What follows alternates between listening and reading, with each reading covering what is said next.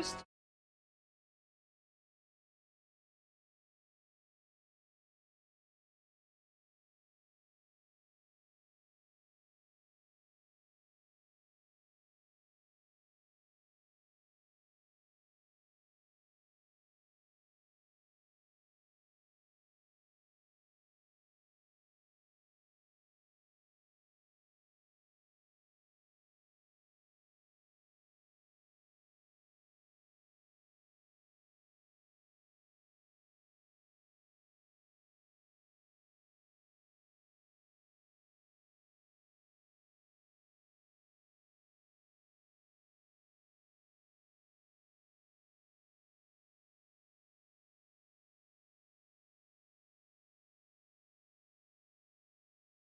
It was a snaking clock that time.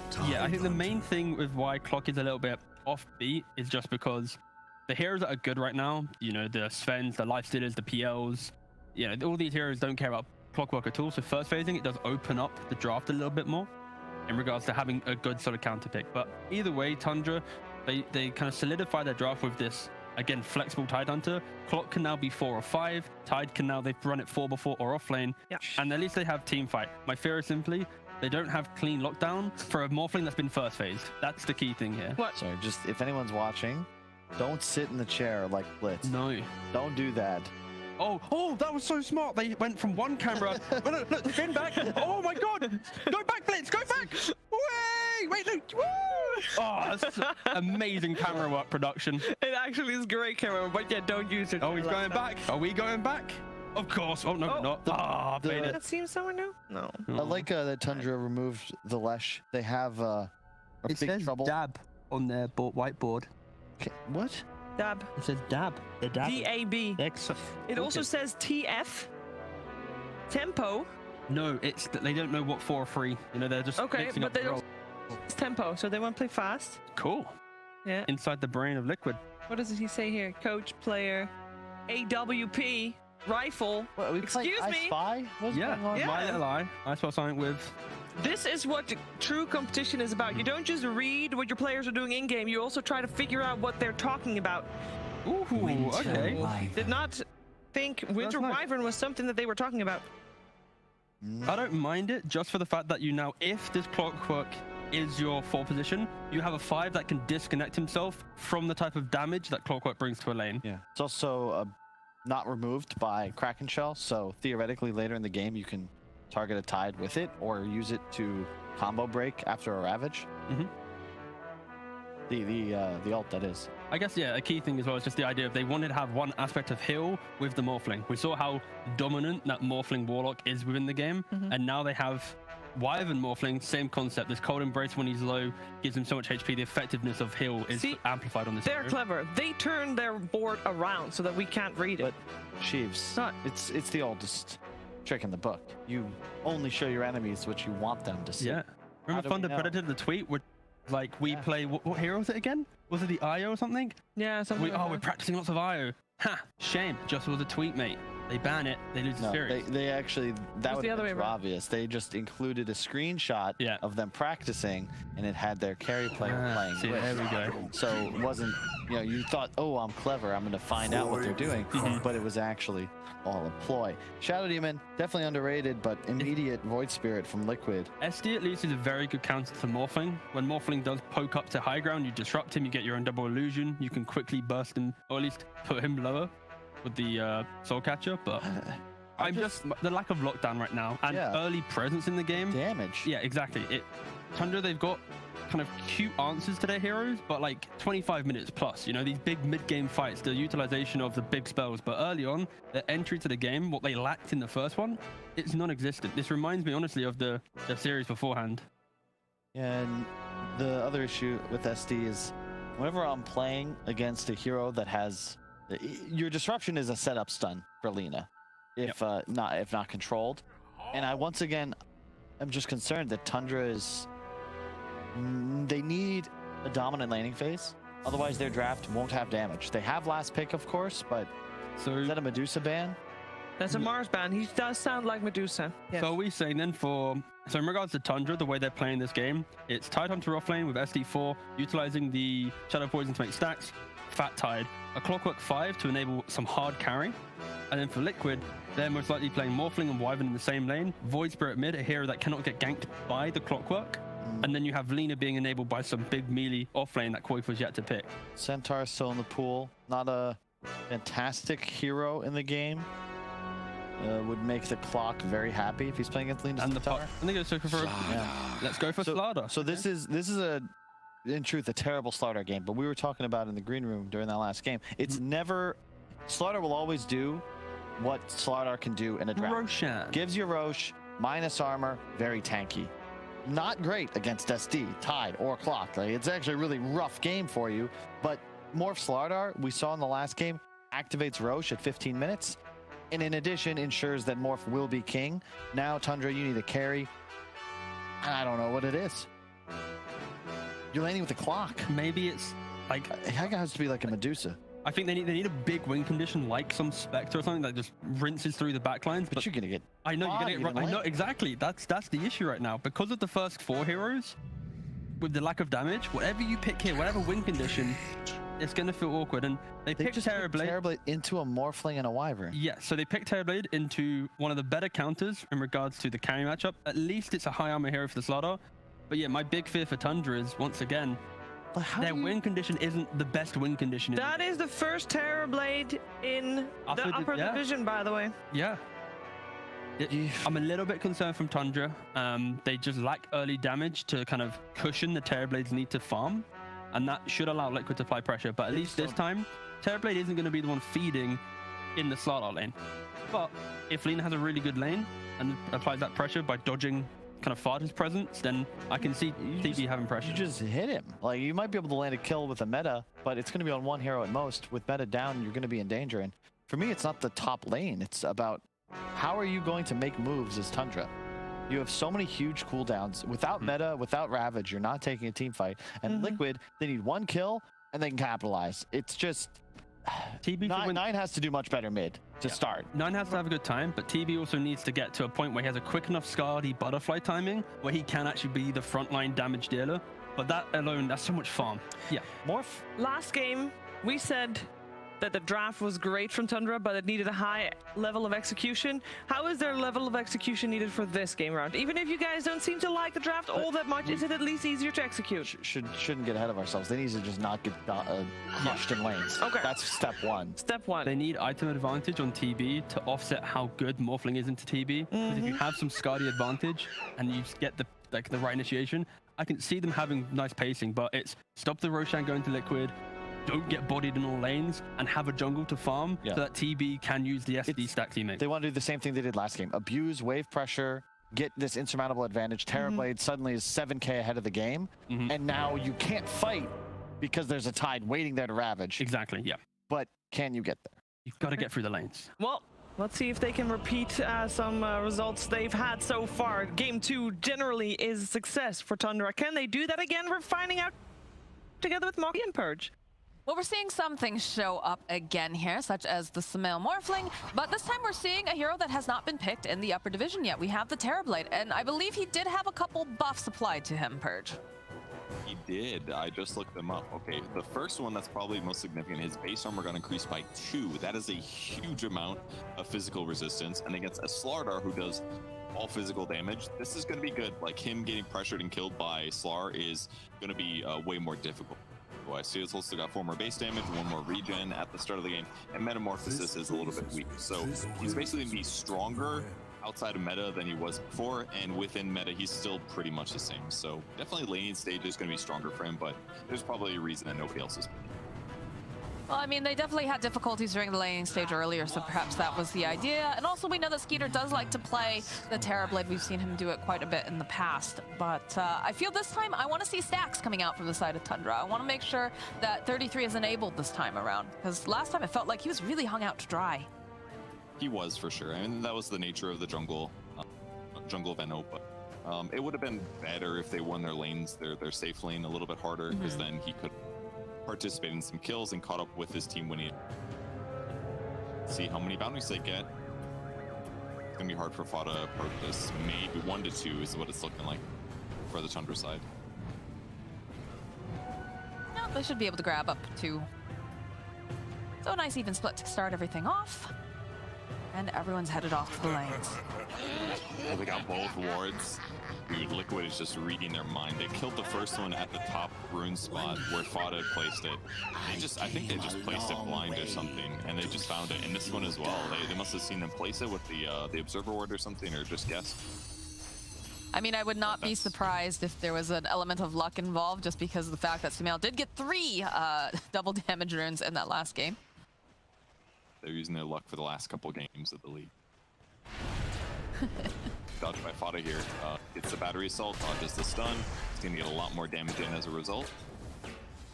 I mean, I guess on the plus side over here with the side of Tundra, you do have some kind of tankier heroes that can face up against the Slardar. The Lina, of course, is just really, really annoying. It's very difficult to deal with her as that 4 position, constantly, you know, tossing out those right clicks, but not quite as papery as last time.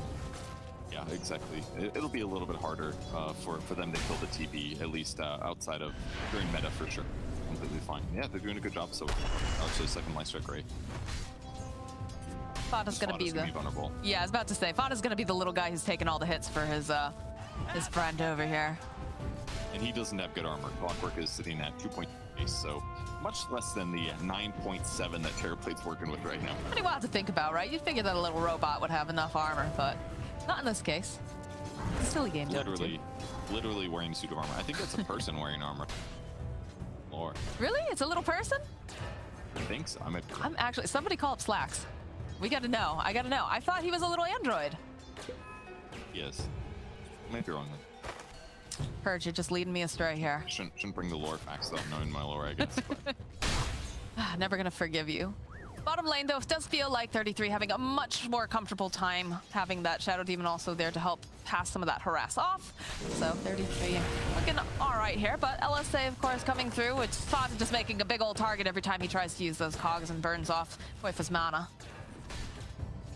It's a good goal. I mean, taking away Southern Crush basically takes away last hitting potential for Quakepa, where he can do things like stun right before Skeeter goes for a last hit.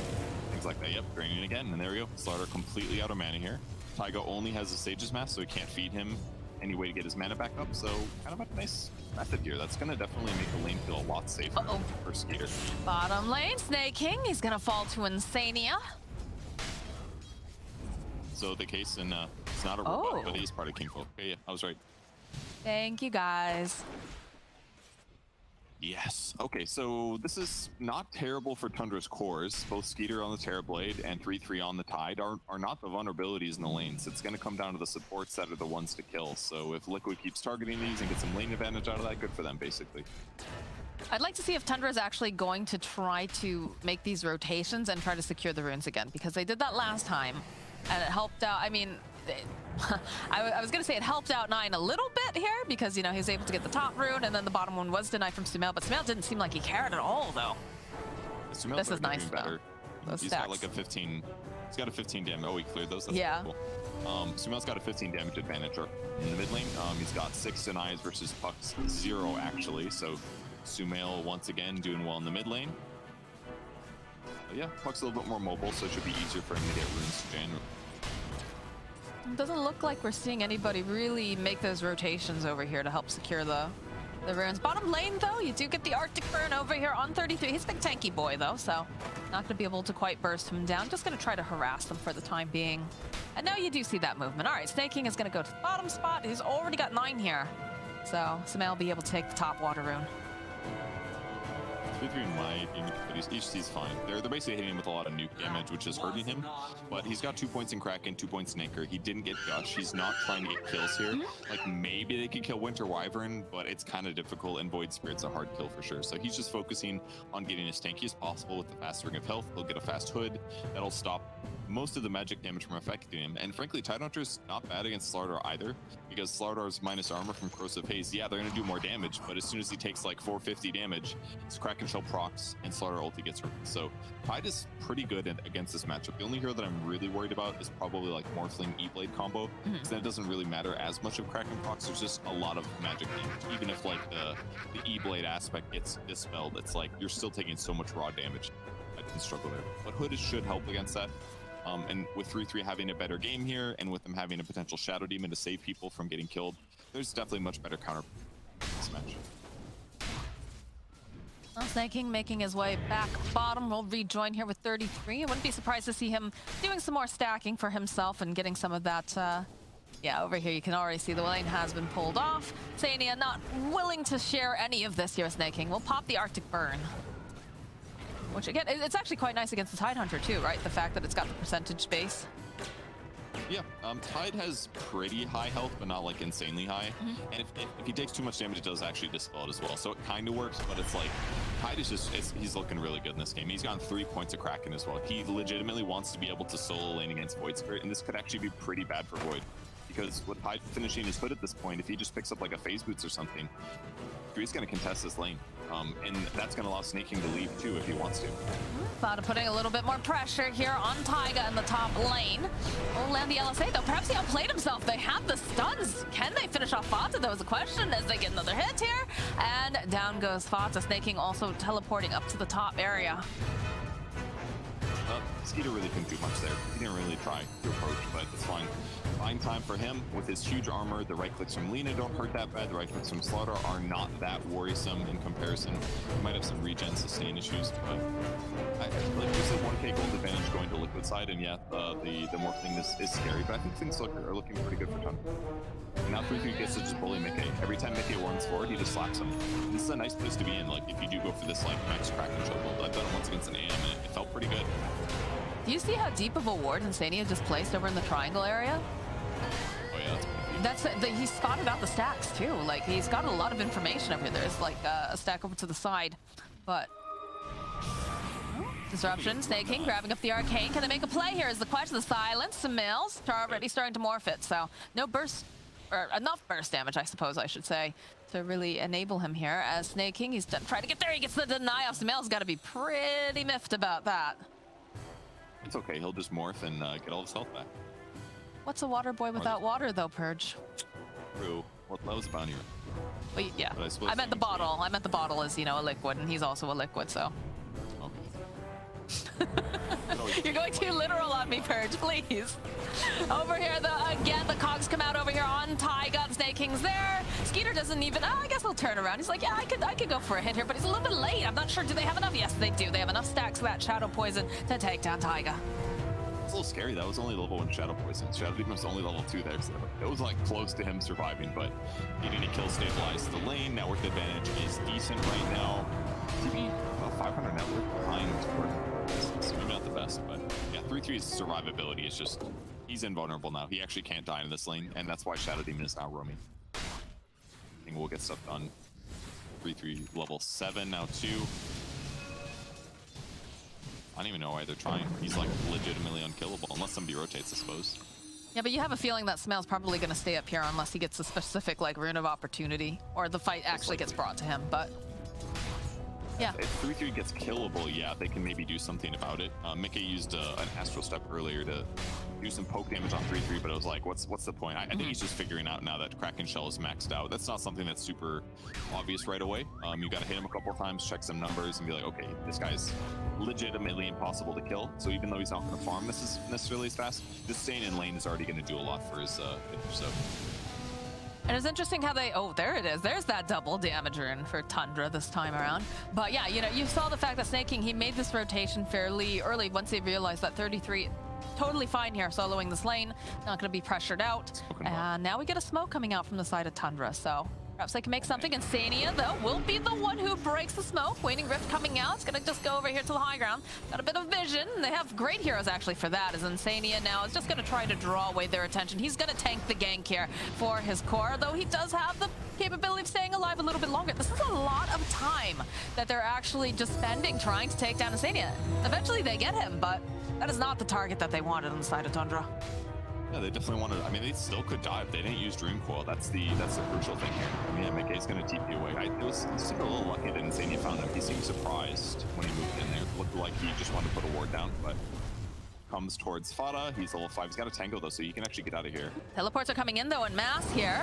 Battery assault slows him down just a little bit. m'iCKe with a step forward over on the back lines though. 9 finds himself a kill on Taiga. They'll get the kill on Fata, but he's bought some time here for those supports to make the rotation at 9. Can they do anything more, I guess, is the question. Hard. Especially with m'iCKe. Oh, and Insania, they're all making these moves as Sumail just continues to farm up and enjoy the space. Luke is so strong with the DD though. Like, has some burst issues here, but with double damage, it was pretty simple for him to pick up the Lina kill. Dodges the corrosive haze that would have come out. Here's a bottle refill, fought us back. Maybe they'll fight, but here it comes. Looking for the splinter blast. Nine just immediately ducking away. That Cogs was so good. Pushed back Quakeva, no chain stun that would have gotten Puck really low, maybe dead. And now they can defend. What's happening in the meantime? 3-3's taking his own tower by himself. He doesn't care. Well, they can't. It's going to touch him. Yeah, they can't do anything against him right now. Everybody's here playing the top lane over on the side of Liquid. So 33 is just, you know, a stark difference from game number 1. It helps when you get a little bit of help at the start of the lane stage to get to that fast level 2 crackle. So he's queuing up Blink Dagger afterwards. He's got phase boots. He's about a third to the way to Blink Dagger, but now he's going to go mid and push out. Sumail pressures a little bit, and this is the next tower that Tundra doesn't want to lose. He's basically doing the typical offlane thing: get tanky and go in the lane that you want to pressure or that you want to stop your opponents from pressure. I mean, this is the tower that you really need to protect. Obviously, you know, you're going to have the TB. He's going to be going and jungling during this time. But the middle tower, especially when you're going up against a Slardar lineup, is so incredibly valuable. You want to make sure that you can get in there fast if you have any sort of inkling that they're going for that early Roche. Yep, exactly. Need that close teleport point, but 3-3 just tanks the tower. It's hard to tell that's hitting him. He's walking 54 of the damage, and the rest has to match up against his armor and his regen, which is still really high, so he's in a good spot. He's taking a decent amount of damage, though.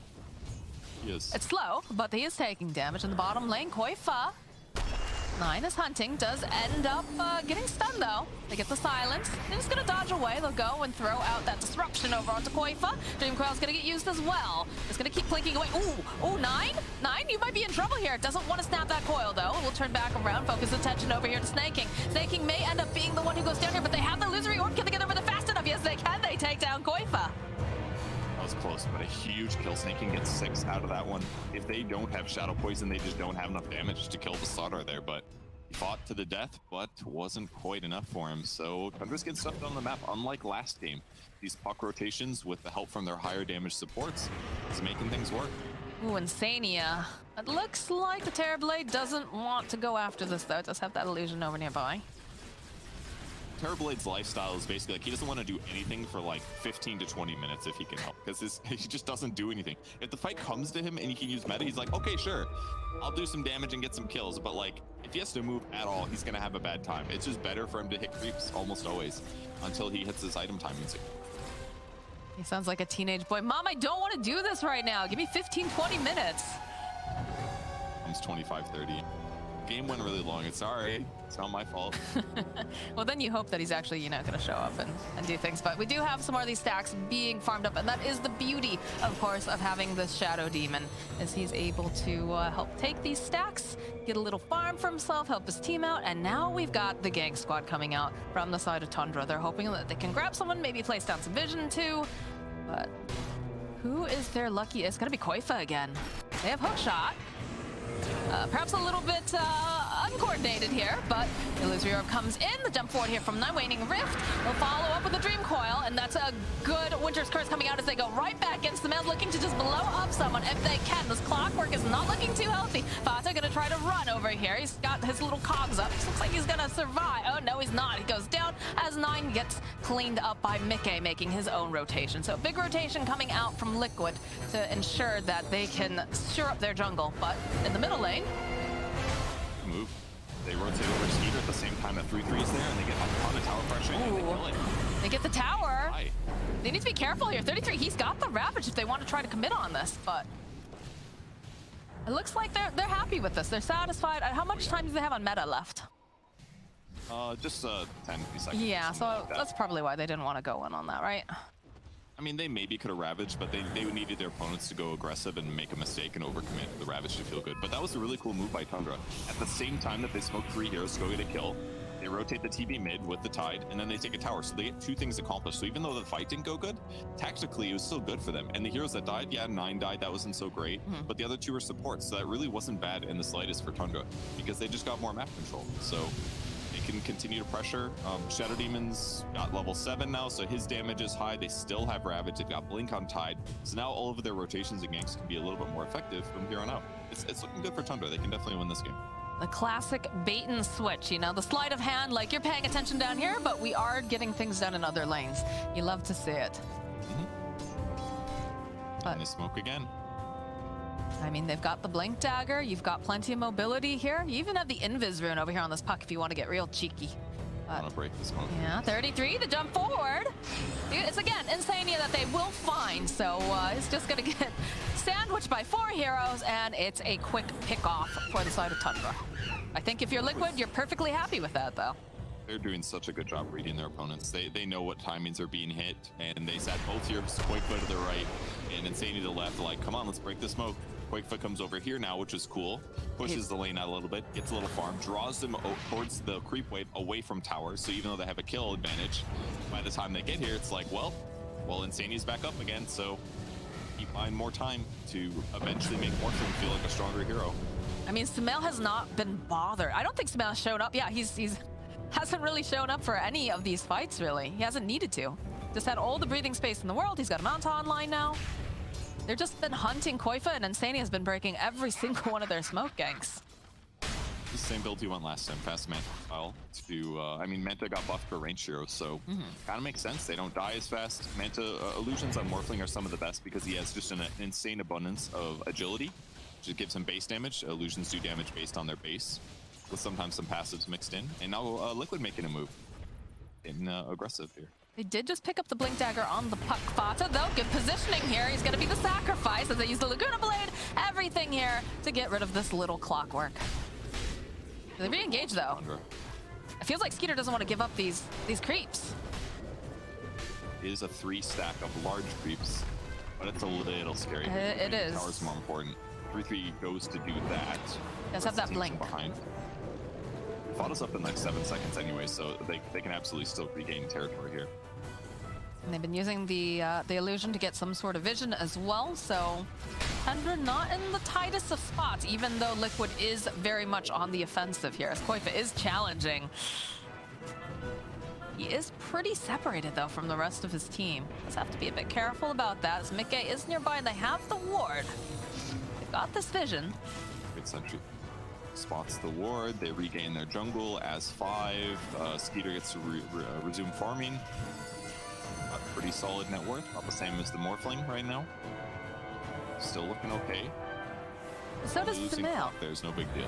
Sumail continues to farm. He immediately recognizes, okay, this is not happening. We're not having this fight. So you know what? I'm back to my triangle. And you can even see on the minimap, you can see that heat, just the way that he's just stayed in the middle lane and then he's gone to farm. He realizes what his job is in this game. Basically, very similar farming patterns is what you see on Medusa type heroes as well. You lane mate, you do well, and then you get other stuff. Hook shot. You can see Insania waiting patiently. Does get off the heel. The save. Koifa, though, jumping on in. Skeeter's joining in as well, though. If the reflection, m'iCKe with the Astral Step does manage to finish to clean up Snaking, but he will fall himself as Koifa looking to reinitiate here with Smell. Gonna just immediately wait for him forward. Try to burst down Fata, not quite enough damage this time around, and 9 still sticking around. He's trying to get any sort of vision. 33 jumping forward here, does manage to find the Lina. Nice Winter's Curse, but it's just a puck clicking away over here. Okay, with the illusions, that could do a decent amount, but this is still looking like it's gonna be a dead Insania. Nice fight for Tundra. A little surprised the Snaking didn't disrupt himself, but stuff happened pretty fast there. And then Fata stays alive. That's why you always leave the house with 2 fluffy hats, guys. It keeps you alive. It's very important. We're trying to get him off, though. He could grab either if he spots them. Ooh, Fata. Look at them, they're coming. They're mad.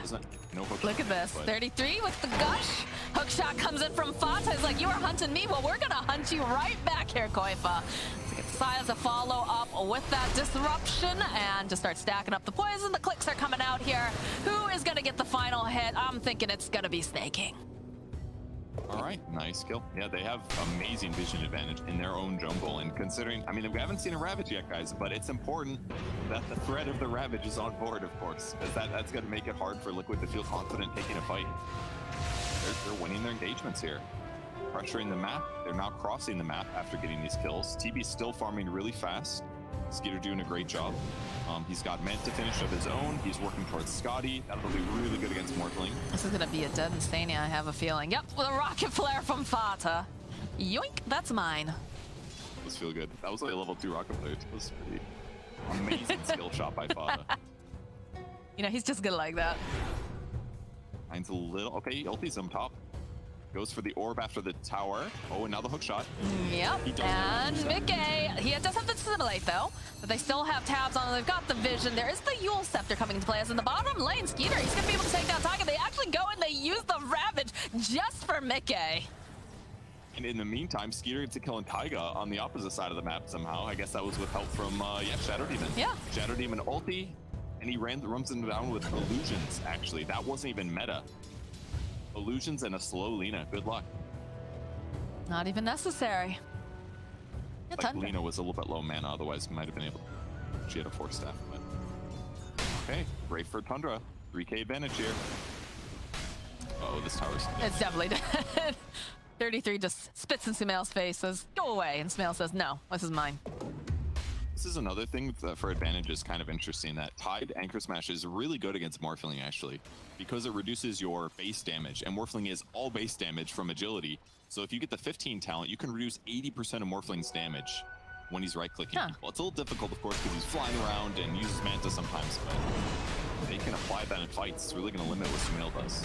Right now, Roche is dead. That's Yeah, look at the Fata. He scouts it out, but they don't have to worry about that Ravage right now. Fata, though, dropping down a sentry, realizes that they have the vision. I don't think... It looks like they want to try to contest it, but they're not going to be fast enough. Oh, hook right into Koifa. And that's a dead Fata. You know, A+ for trying, though. He had to move that way. He shot the rocket so they know what area he was standing in. Then he has to move to a different place to try to hook. That way he wouldn't get blocked, but this ward sees him moving over. So it's quite the easy block there. Aegis is now up to make life safer for Morphling. And look at how fast Tundra immediately beelines for the enemy jungle here. They're like, okay, we don't want to be in that area. We still need to be farming up, so we're just going to continue to, you know, push out these waves and dodge them until they bring the fight to us. This is cool, and Snake King jungling with his ally TB. He can disrupt an illusion, so it doesn't slow down Skeeter that much. He can give himself farm. Later on, he can disrupt Morphling to make amazing illusions that do 75% each of what Morphling does. That's true. So Shadow Demon could have some really big implications as his game continues, both with his TB and against the Morphling. Snake King has a good game. This could be a really fun one to watch. I think we're going to start seeing more of the Shadow Demon. I just feel like it's 2 value, right? You've got, you know, ways to steal the enemy, right? You've got ways to, you know, make those illusions. You've got to save. And then, of course, like, if you can get the Ags online, in this case, not quite as important, but the fact that it provides you with all those breaks.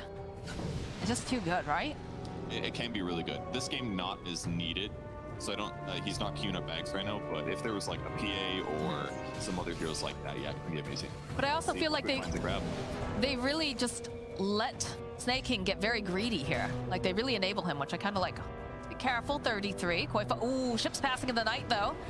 Not going to land against each other, as Sumail's feeling very emboldened. Of course, he has that Aegis, so he is just going to start putting the pressure down on the tower. Shadow Demon is the Manta bottom. illusions to clear the creep, too. That's so cool what they're doing. They just send an illusion all the way bottom to where SD is, and then he just disrupts it, and then he's just killing the tower. Look at that. They just glyph that. I think they honestly maybe thought one of those was TV, but I'm not sure. It feels weird that okay, we do finally get we had Shadow Demon teleporting into the fight now. These illusions are doing great, actually. They just fought Morphling and did completely fine. Like 34 armor. That's a huge amount of armor. Morphling does a lot of damage, but him and the TV illusions have the same armor, and it's so much easier for Skeeter to like put pressure on the map like this. He's got Scotty basically. One more creep and there it is. Scotty finished for TB. Such a good item against Morphling. If he tries to morph his stats, he's going to have a bad time. Morphling just finished E-Blade. So yeah, he's got the solo kill power. Tundra's doing a great job keeping Liquid away from being able to initiate. They're not allowing Morphling to hit buildings because they're pushing waves out. And the rest of the heroes are sitting far back behind the illusions to be safe. But with the smoke, we will see a confrontation. Maybe we'll see that E-Blade do something. Bata leading the charge. He's got some wards on him. 9, though, does spot out Insane. Yeah, he'd like to get a quick pick off. He does have that Dagon online, of course. So, yeah, just a nice solo pick off over on the Winter Wyvern. As Tundra is now invading the triangle, and you can see Taiga's just already hightailing it out of here. They do have the vision, but I don't think they want to dive this. Not this tower, not right now. Kind of a hard game for Taiga to play this game. Like he didn't get to like stomp his lane as hard as he would have liked, because he just couldn't do that much against the really high armor TV. Yeah, they killed Fado a bunch of times, but Fado's still been effective. And if he ever gets caught on the Lina, he just dies. Dream Coil, Ravage, hook shot from Clockwork, he's gonna struggle, and it's hard for him to get past the TB illusions to the heroes he actually wants to cast his spell on. So hard to play Lina. Oh, the save from Snaking immediately as Sumail waveforms forward. Jump over onto the back line. Sumail, has he gone just a bit too far here as the slide does come out? You can see Skeeter poking away. They follow up with a Ravage. Can they take him down? Yes, the first time they will be able to take out.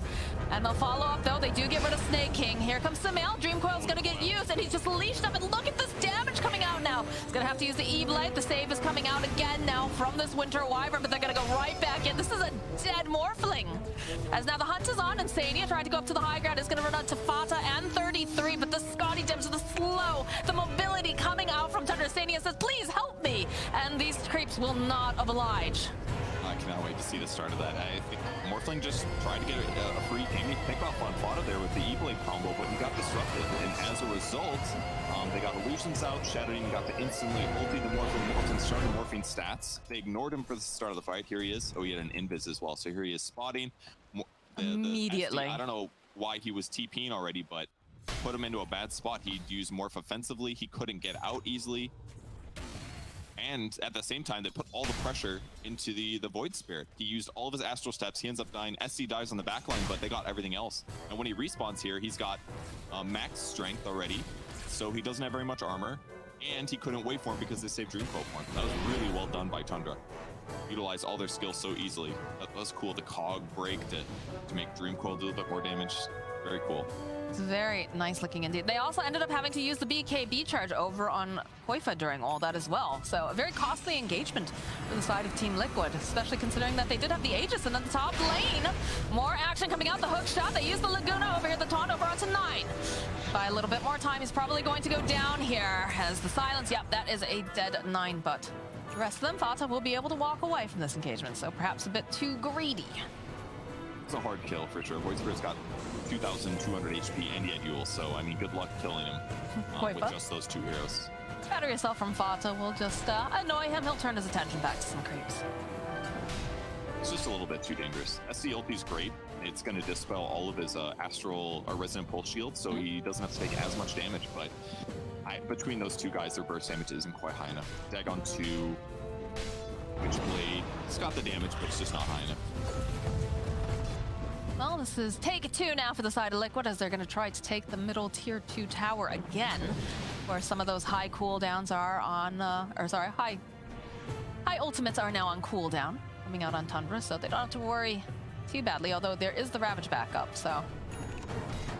A little different build as well by Skeeter. He's leaving his reflection at 1 skill point, and he's got a bunch of stat points as well. Which makes sense. TB's like the perfect stat hero, very similar to Morphling. So just wants to be as tanky, high damage, high mana as possible. Even if Reflection's amazing against... He's got the net worth advantage. That's what matters right now. Yes, indeed. The map, maybe we'll see Fata get destroyed here. They're going to try to get themselves a quick pick off, and they'll get it. This is something that I feel like Koifa and Taiga, it used to be Boxy and Taiga. They used to make these moves all over the map together, you know, finding these openings and trying to get quick pickoffs, and this can't... Oh, Skeeter gets himself a nice double damage rune. I really like the quiver on Puck as well. He's already very burst damage focused, so being able to apply Witchblade from an extra 300 range every 5 seconds is incredible. Very good grab for him. Really good on Void Spirit as well. It'll probably end with the Radiant team picking one up. They'll probably get one also. Lots of burst damage on both sides. Yeah, and the Agnum Scepter is now completed for the Morphling now. Okay, so who is he trying to turn into? An ally, for sure. Probably... It's probably good on Wyvern. Well... Gives you that little extra range. You can have the... You'd have to stay in that form. Because it's like a toggle. I don't know, we'll see how it works, but... it's good on with Slardar. Kind of. Guardian Sprint is dispellable, though, by Shadow Demon ulti. One of the nice things about SD versus Slar. Probably just Void Spirit, perhaps.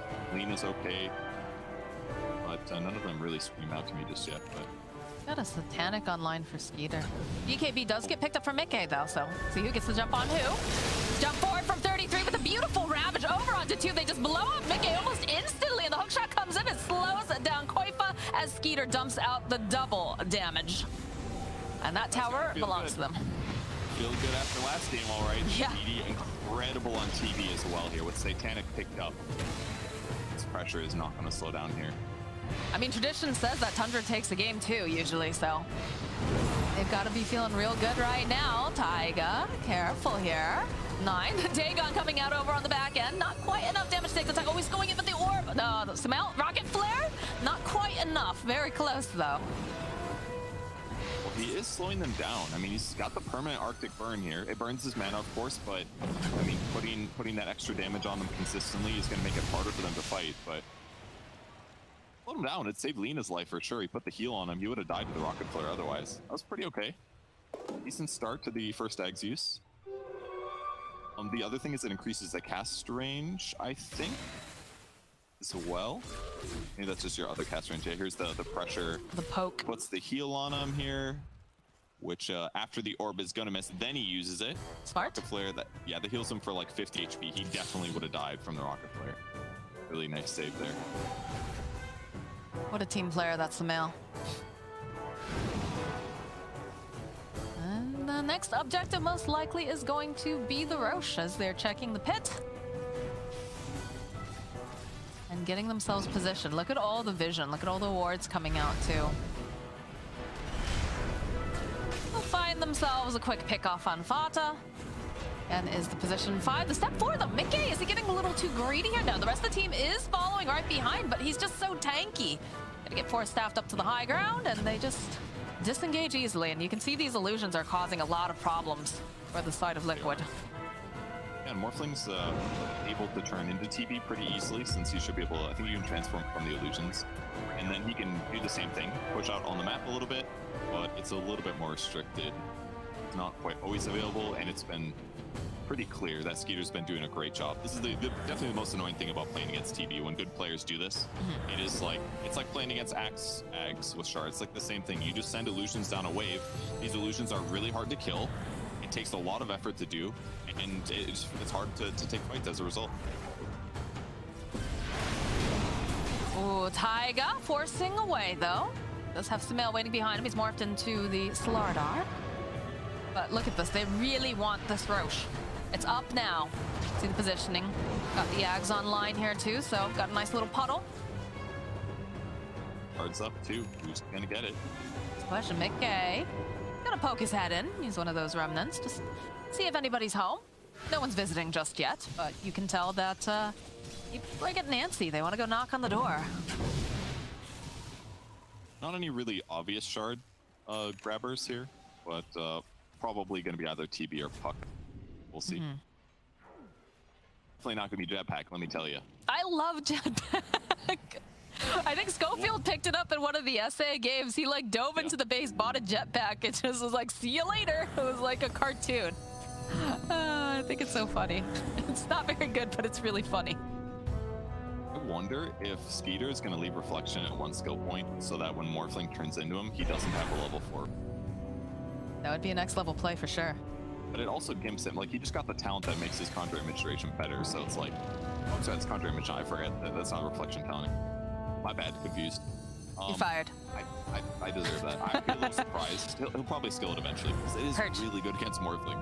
We've got a big smoke coming out here from the side of Liquid. They're sweeping around. Koifa a bit off the mark. Rest of the team still hiding behind though. 9 already zipping away, and m'iCKe, he's gone pretty deep here.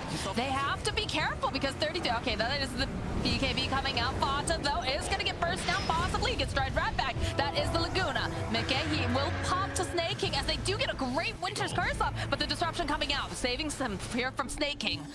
Jump forward again from 9. They're going to try to pick off Insania. LSA does connect. Buys just a bit more time, but they go. They drop down that sentry, trying to see. As now you can see this Terrorblade. He's big, he's bad, he's scary, but he hasn't got his hands on anyone just yet. There is no Wyvern, though. They could potentially go into this pit. They see m'iCKe. The Ravage comes out. The dodge, though, with the Dissimulate. m'iCKe still alive. Sumail thinking about going back in here.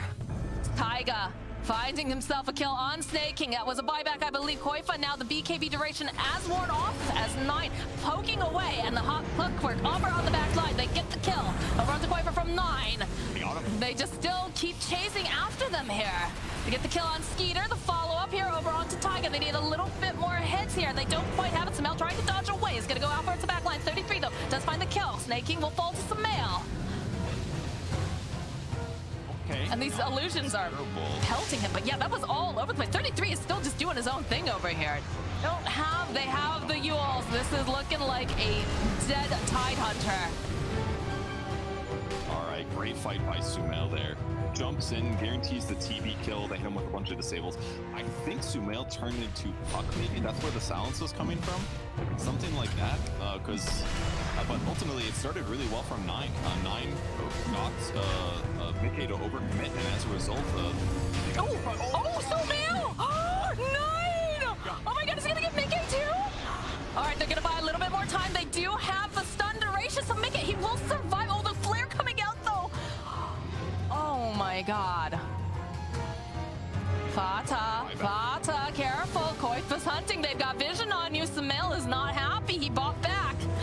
Zania opening up with that Arctic burn. Do they chase after m'iCKe? Oh, the hook shot advises just a tiny bit of time, but not nearly enough as Sumail gets right back into that pit. He's got to be mad about that. Aegis picked up now for Sumail. You've got cheese on Koifa, and there's a little treat left inside the pit there for m'iCKe. This is immediately pew. He got him so quick there, and that forced a buyback. They get Roche out of it, and there's Aegis on look at that. so it's not terrible, but That last projectile, it almost connected. that was really close there. Got that BKB too with the rocket flare coming. Look at how chill Sumail is. He's just like, Is that bubble tea? Man, I want bubble tea. I mean, in a lot of ways, them getting Aegis over Terrorblade is a huge deal, because with TB not having BKB just yet, he did buy Satanic, so he has some outs, but not being able to sunder is the scariest thing. And ultimately, maybe the biggest issue in that fight was the Ravage from Tide Hunter. 3-3 got a little bit too confident with his Blink Ravage. It didn't catch anybody, and that's the skill that you need to buy yourself a second or two of reset to get TB a sunder off. And the supports also were targeted really effectively by Quake. Quake was hunting Shadow Demon, hunting Fada. Taking those heroes out of the fight is a big advantage. I mean, the Shadow Demon has, that's their main source of save for the most part, right? So it's very, very important that they get that off. You can't have all those Shadow poison stacks just stacking up. I think it's definitely the right call to jump onto the back lines. Otherwise, you start to run into the issue that we've seen in other games when you've got, something like a Shadow Demon. I think we also saw, like, what was it? It was paired up with, like, an Enchantress, and they're just allowed to sit so far back and just pelt out all this damage. Yeah, it's something that you got to deal with. But SD's benefit is mostly, in my opinion, about disruption, his ulti, and probably a soul catcher occasionally on the right heroes to burst him. But we do. Liquid's got to continue pushing out their lanes, and but Tundra just wants to buy time until they get BKB. Never mind, they have BKB. I was just about to say it. Skeeter just picked up that BKB, and now it's smoke on smoke action. The question is who gets to jump on who first. Fata sitting on the low ground. Able to spot out here. Sumail turning himself into the Winter Wyvern, trying to slow down. Though there's a jump forward. They immediately just delete Fata, and now Skeeter is forced to run away. Not the worst for the fight start, I suppose. They might go high ground. It was definitely scary for Tundra to be trying to cross the river there. I think going across in that position is just going to be way too difficult. Ooh, the Trickster cloak, though. Very good here. It's going to double up his, give him more evasion, and some necessary magic resistance, too, against others. All right, so a bit of a reset after that pick off. Again, I think they spotted the BKB now over on the Terrorblade. At least they're going to be able to now, for sure, as they make their way through, but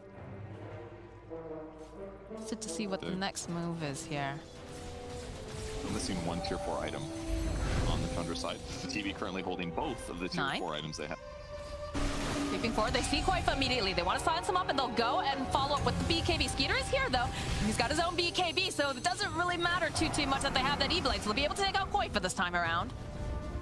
It's huge. You're trying to slow down Sumail. Oh, he's still trying. He's chasing after him. Sumail, can they give it off? They have the hookshot. They have the Ravage They want to get rid of him. He's all strength north, though. He's got the silence, so he's going to have some longevity. Battery Assault, Cogs as well. Just going to be waveform away over to Insania. We go back in, though, is a question. Over on the back, m'iCKe was trying to make some plays. He's got the BKB, but this Scotty, of course, doing so much with slowing him down. The jump forward, though, they have their eyes over on m'iCKe, and it looks like he's going to survive. He even goes and drops that Aether Remnant just in case. 9 just a little bit further than that, but of course, the rest of the team cannot follow up with this puck, so he'll back off.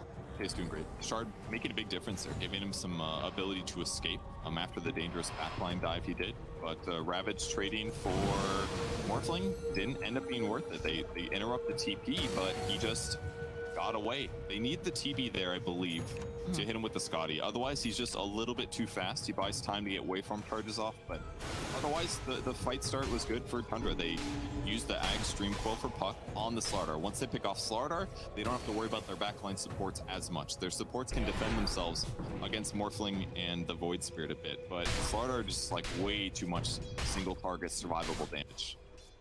Is this a situation where you want to see the supports possibly pick up something like an Aeon Disc, especially the Shadow Demon?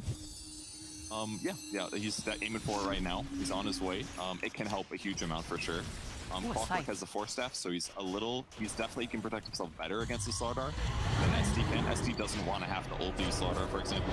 Oh, 9 is taunted, he's silenced, he's stunned, and now he's dead. Assimilate stuns for 2.5 seconds. Oh my god.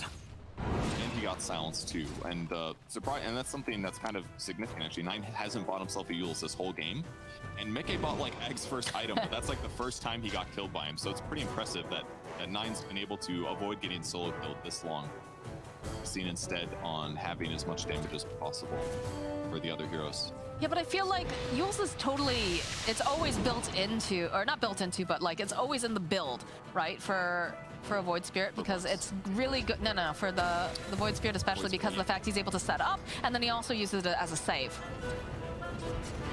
Like Puck, it's a little more aggressive. Yeah, 33 picking that up early. So catcher, they've got a lot of damage here. They've got the Scotty. They already went with the hook shot though. Nice save here coming out from Sumail. He's turned himself into the Winter Wyvern. He's looking for this opening. He's going to wave forward. And there's going to be the buyback now from 9. BKB coming out from Skeeter as he's trying to hunt down Sumail. He's not quite finding him over here. More buybacks coming out. The jump forward here over onto Sumail. He's still hexed up. The stun though coming out. The follow-up with that Ravage. Can they finish him off in time? Yes, they finally managed to burst down Sumail. As now 9, he's bought back for this. He would like to get himself a kill. He finds himself Taiga over into the corner. Still Skeeter who's going to get the final hit off. And the hunt is on. I don't think you can catch Koifa in this river. He is far too fast, but 9, he's trying pretty hard here. He's got that illusory orb, gets the silence, just keeps poking away. But this is a bit of a candy kill here, Purge. They don't have any way to go and grab him, and there are more important objectives on this board, I think, right now. That's tough in the river. He's just a motorboat. The fight was crazy, though. The fast hex pickup here. Not an item Tide often gets, but he hasn't gotten a new item at all. Picks up the Hex they used to initiate, which is really effective. Skeeter tried to use his Ag's Terror Wave to transform to do a chain stun, but it wasn't able to hit in time, so as a result, Void Spirit gets BKB off. Then things look bad for Tundra, but they were able to get the pick off on Void Spirit as he escaped. 9 dove past him, they got him with the Dagon, the bonus damage, and that's kind of what opened up the rest of the fight for them. And now they can just make an army of illusions to push, and they don't have to really commit very hard. 33 is just, you know, he's showing off here. Right here, he says, what are you going to do about it? Tanky lad, you don't have your big boys up right now. So many illusions, actually.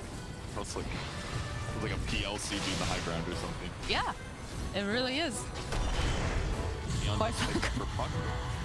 Koifa's trying to man fight over here with this 1 TB illusion, and it's just looking really rough. Yeah, we talked about the Aeon Disc earlier for supports, but also it has been picked up for the puck as well. And I feel like that's very necessary, especially, like we said, for the Shadow Demon. Extremely necessary that he's able to survive and get these spells off during the fights. Yeah, because it's not a big deal at all if Shadow Demon doesn't deal damage for a couple seconds. He just needs the utility of his abilities to buy his team a lot of time. So Shard picked up on Quake as well, kind of interesting. Applies Corrosive Haze on illusions and creep waves and stuff, so he'll be able to push these out a bit faster. Pretty necessary, I would say, considering. Does a lot more damage with his Slithering Crush now. So I think he's using it as like an ability, helps him push waves basically. So it's kind of a cool pickup. Not normally something you get out of Slardar is fast pushing of waves, but he needs it against TB. This is an onslaught. It reminds me of the little trivia. How many TB illusions have been killed, Purge? How many would you guess? I'm gonna say 36. I think it's I'll say 27. Drum roll, please. Died naturally. 45. I won. Ha-ha! You won. Party horn. Pew. It's been a while. They're all over the map, though. Like, especially when you consider the fact that, Snake King has been just, using the push-out waves as well, farming. So it's been the most value. I'm not sure if it's the most value Terrorblade or the most value Shadow Demon. I guess it's Terrorblade, right? Because you're using his illusions. Sometimes Sumail, exactly. too, if you're capable enough. Yeah, there's a lot of illusion spam going on in this game, all right. But I think the most significant thing is that Skeeter's only died 1 time. Sumail's died 3 times. Skeeter's farmed way faster because his ability to like push across the entire map with his illusions. He's got 10,000 more net worth than Morphling. So at this point, he's sitting really good, honestly. He can't get much more farm than this. In fact, he switched his neutral item Spider Legs just so that he would have an extra item slot for items. And this is like a perfect situation to have Spider Legs. When you have this ultra farmed carry at this point of the game, you don't want to sacrifice your movement speed. But a lot of players do, but it does hurt you sometimes in some of those late game fights. But now he's going to be able to get 7 slotted. Like, he's about to eat his Ags, basically. Then he's going to have another slot, which could be a Rapier. It could be a Daedalus. There's a lot of things he could buy here. Production wants us to watch this clutch. Look at him, Snake King. He goes in. Can he get it off in time? Oh, we'll never know because we're going to stop. There we go. Wow. Did break that bounty rune. Denied. Pretty significant. No, but like you said, with the, the fact that they've got the Spider Legs online for the Terrorblade, it's so value, right? Because of the fact you've got so much ability coming out from the rest of your team. You've got a hook shot from the Clockwork. You've got a Dream Coil with the Blink coming out here with the Puck. You've got the jump coming out from a Tidehunter. Like, so you're not super concerned about, chasing in necessarily, because a lot of the times they're going to be held into place if everything goes according to plan here for Tundra. Whereas Liquid, they're struggling a little bit. These fights have been so incredibly split too. I know, like, I'm trying to watch everything and there's something going on the other side of the screen that we just aren't able to see or show everybody. But everyone is just, it almost feels like sometimes m'iCKe is a little bit too far or trying to get onto the back lines, because somebody does, right? Somebody has to, whether it's Koifa or m'iCKe. But then the problem is, like, Wyvern's slow. Wyvern is not the fastest hero. Lina has to be careful with the positioning. She could get blowed up so easily. And then, of course, Sumail is just trying to do as much as he can in the fight, just generally speaking, trying to figure out who is my target, who do I blow up, how do I get there? Yeah, I can't imagine playing a Morphling in a situation like this. There's just like so many decisions that you have to make in a rapid amount of time. You got, who do I transform into? How do I use my skills? When do I hard commit to trying to get a kill or something like that? It's just also difficult. And Liquid has shown that it's pretty easy for them to turtle, at least, because they can just turn into Winter Wyvern and just start slapping Arctic Burns into people, which does 9% of their current health. That can be a nice way to slow things down, but Tundra's just gonna out farm, and I feel like their supports are just scaling better too. Like SD, once he gets an Ags, is gonna be really terrifying. His ulti does 700 damage now with the talent that goes through magic immunity. So if he just slaps one on Slardar, like, that's the best thing about playing SD late game with Ags. You just put like one ulti on both carries, and then whichever one's not dead afterwards, you ulti the other guy again. And so it's like 2 carries are just completely taken out of the fight because of the major slow. And if one of those is Slardar and he doesn't get to use Guardian Sprint, it's really valuable in making Slaughter dive to the back lane. All right, Liquid, Scary. they're smoked up and they're hoping that they can make something happen here. 33 is, of course, the one forward. 9 is here as well. Step forward. Oh, they follow up, though, with the Dream Coil. And there it is. Skeeter trying to just do as much damage, but that's going to be a nice Winter's Curse over on the back line as the Ravage does go up here from 33, and they're trying to just force forward. Sumail, he can't get over there as he just loses m'iCKe immediately. The BKB coming out now from Skeeter as they're hunting Insania. Can they grab him, though? They've got the silence, and he maybe one more hit from the Puck. Knight's going to get himself a double kill. Over on the back lines, though, they do manage to go disrupt Sumail. Sumail, he's in trouble. He does have the BKB, but look at the stunning damage. Look at the amount just coming forward here as he's going to try to waveform up. They don't quite have that vision, although 33, he's trying the best he can. That is scary. And there's a gem dropped over here on the ground, too.